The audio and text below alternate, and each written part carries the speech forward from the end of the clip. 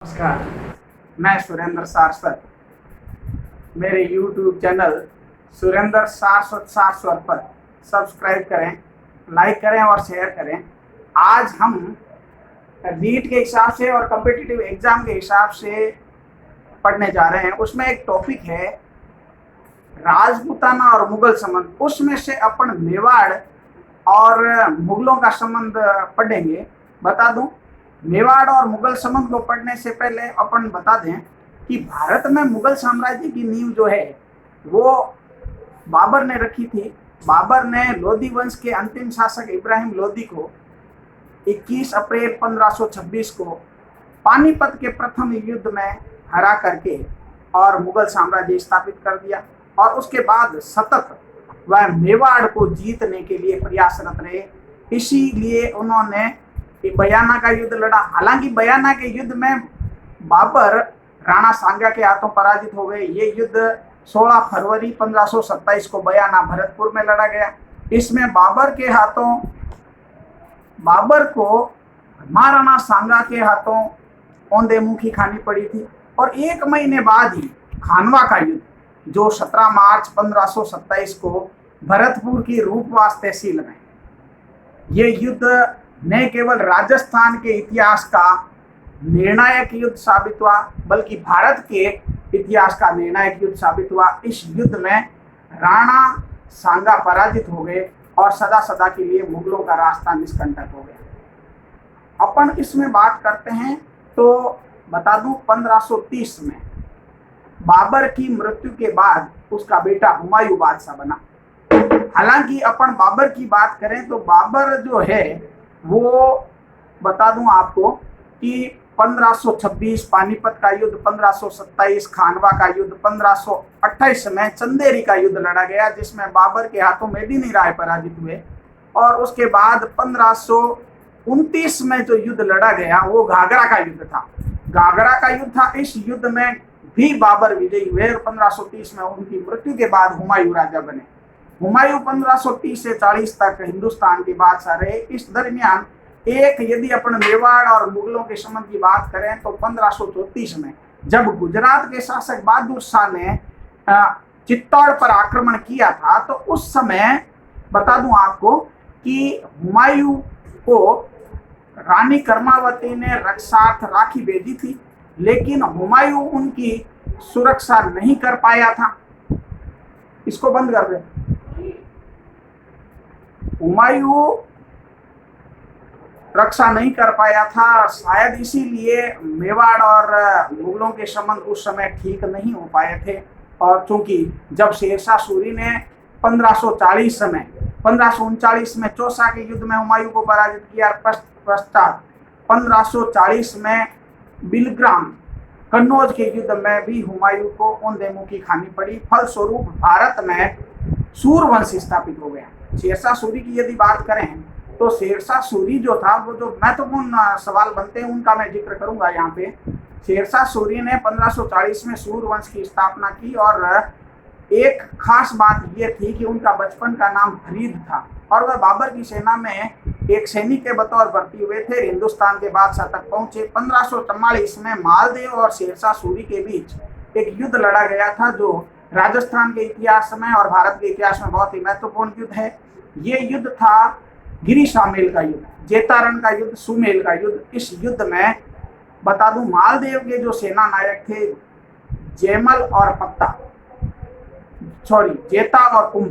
जेता और कुंपा वीरता से लड़ते हुए वीर गति को प्राप्त हुए। और जब युद्ध जीत करके शेरशाह सूरी वापस लौट रहे थे तो उन्होंने कहा कि मैं मुट्ठी भर बाजरे की खातिर हिंदुस्तान की बादशाहत खो देता।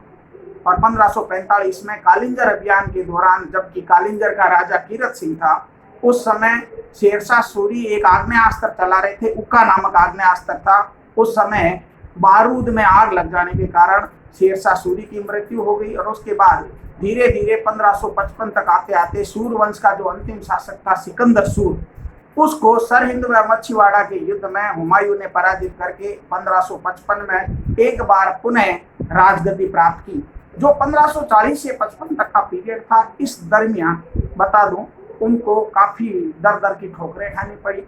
उनका विवाह हमीदा बानो से हुआ और 1542 में 15 अक्टूबर 1542 को हमीदा की कोख से ही अकबर पैदा हुआ, जो राणा वीर साल के महल में अमरकोट में अकबर पैदा हुआ। और बाद में बता दूं आपको, 26 जनवरी 1556 के दिन शेर मंडल की सीढ़ियों से गिरने से हुमायूं की मृत्यु हो गई। लैनपुल इस पर लिखता है कि हुमायूं का अर्थ भाग्यशाली होता है, लेकिन हुमायूं दुर्भाग्यशाली रहा, जीवन भर लड़खड़ाता रहा और लड़खड़ाते हुए ही शेर मंडल की सीढ़ियों से गिरने से उसकी मृत्यु हुई। उनके निधन के पश्चात बता दूं 14 फरवरी 1556 के दिन अकबर का कलानौर पंजाब में राज्याभिषेक किया गया। अकबर बैराम खान के संरक्षण में राजा बना और उसके बाद 1562 के बाद उन्होंने खुद स्वतंत्र शासक के रूप में काम करना शुरू कर दिया और उन्होंने राजपूतों के साथ संबंध स्थापित, क्योंकि जो बाबर और हुमायूं की नीति थी उससे बिल्कुल अलग नीति, राजपूतों का अपना आधार स्तंभ बनाने का अकबर ने प्रयास किया।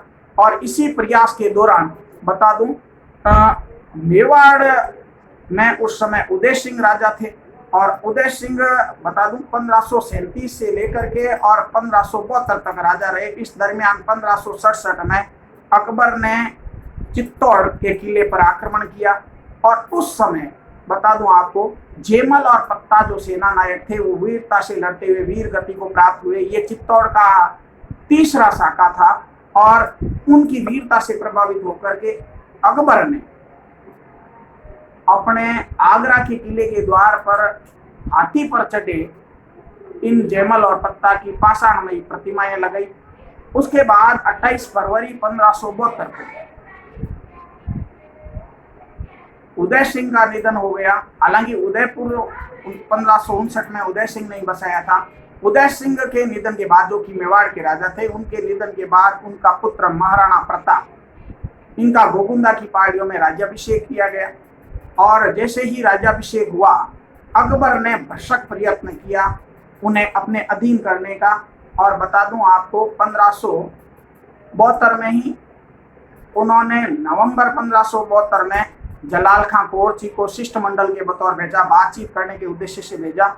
और उसके बाद 1573 में जून, सितंबर और दिसंबर 1573 में लगातार विभिन्न शिष्टमंडल भेजे गए। याद रखने के लिए मैं अक्सर स्टूडेंट्स को बताता हूँ, जम्मा भट्टो, जय मतलब जलाल खां कोरची, माँ मतलब मानसी, घा मतलब भगवान दास और टो मतलब टोडरमल, यानी अंतिम जो शिष्टमंडल था वो टोडरमल के नेतृत्व में आया। बावजूद उसके वह महाराणा प्रताप को अधीन नहीं कर सके। फलस्वरूप 18 जून 1576 को राजसमंद जिले के हल्दी घाटी नामक स्थान पर, जो अभी वर्तमान में राजसमंद जिले में पड़ता है, हल्दी घाटी का युद्ध लड़ा गया। अकबर का सेनापतित्व मान सिंह ने किया और महाराणा प्रताप की ओर से हाकिम कासूर ने ये युद्ध लड़ा।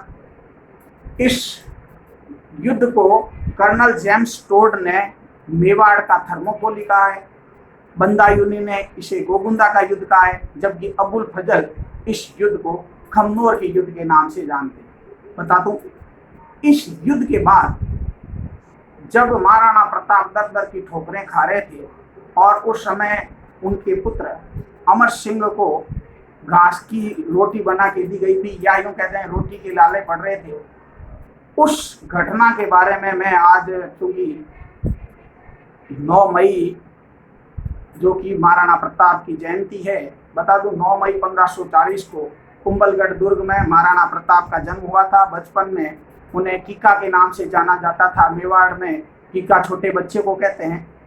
इस पर कन्हैयालाल जी सेठिया, जो राजस्थानी काव्य के और कविता के भीष्म कहे जाते हैं, उन्होंने एक बहुत ही महत्वपूर्ण रचना रची है, पीथल और पाथल। बता दूं, ये मेरी फेवरेट कविता भी है। अक्सर मेरे जो स्टूडेंट हैं वो मेरी कक्षा में या जब भी मैं बोलता हूँ तो ये सुनना पसंद करते हैं। उस कविता के कुछ मुखड़े ये मैं कविता आपको पेश कर रहा हूँ, क्योंकि अकबर जीवन भर मेवाड़ को अपने अधीन नहीं कर सका। उसका कारण मैं महाराणा प्रताप से भी ज़्यादा पीथल यानी पृथ्वीराज राठौड़ को दूंगा। बता दूं, पृथ्वीराज राठौड़ बीकानेर के शासक राव कल्याणमल के बेटे थे और महाराणा प्रताप के दरबार में थे। विठल जो थे वो पृथ्वीराज राठौर, जिन्हें डिंगल का हेरोस भी कहा जाता है, और उनकी बहुत ही महत्वपूर्ण कृतियां हैं। एक तो बेली कृष्ण रुक्मणी रे, जिसे दूसरा आडा ने 5वां वेद भी कहा है। बता दूं, पीथल और पाथल कविता इस तरह रची गई है कि अपन जब सुनते हैं तो वीर रस यानी बहुत जोश भर जाता है। अक्सर मैं स्टूडेंट्स में भी इस कविता के माध्यम से जोश भरता हूं, क्योंकि यदि पीथल उन्हें जोश नहीं देते तो निसंदेह मेवाड़ उस समय अकबर की अधीनता स्वीकार कर चुका होता। मैं धन्यवाद देता हूं उस पीथल को जो पृथ्वीराज राठौर के नाम से जाने जाते हैं। कविता थोड़ी पेश कर रहा हूं। पीथल और पातल। पीथल पृथ्वीराज राठौर को कहा जाता है और पातल महाराणा प्रताप को।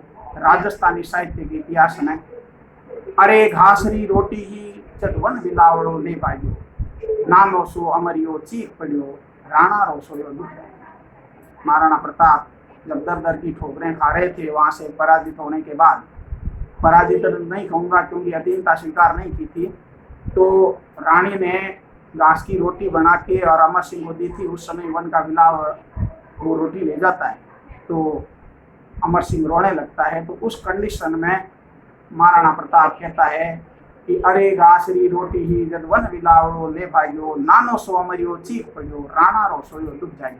हूँ लड़ियो गणो हूँ सयो गणो, मेवाड़ी मान बचाहण में, हूँ पाछ नहीं राखी रण में, बेजारो खून बहावन में।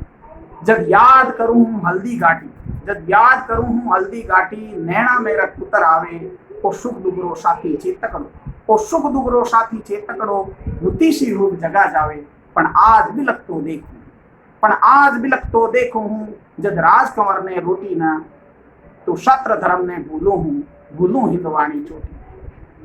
आशोच हुई दो टूक तड़क, आशोच हुई दो टूक तड़क, राणारी भीम बजर छाती, आंख्या में आंसू भर बोलियो हूँ, लिखशु अकबर ने पाई। कि भाई क्षत्रिय धर्म को भूल जाता हूँ मैं, अब अकबर को पत्र लिखूंगा अधीनता स्वीकार। राणा रो कागज बाँच हुयो, अकबर रो सपनों सो सांचो। क्योंकि अकबर को एक सपनो हो कि भाई मेवाड़ हमारे अधीनता स्वीकार करे, तो ये कागज भूलियो तो अकबर को सपनों साचो। अकबर सोचो आज तो बेटा आई, पण नैन कर्या विश्वास नहीं। फिर भी एक विश्वास को नहीं, पण नैन कर्या विश्वास नहीं, जद बाँच बाँच ने फिर बाँचो। एक बार पाछो बाँचो, भाई विश्वास को नहीं, फिर भी उसने वापस पत्र को पढ़ा।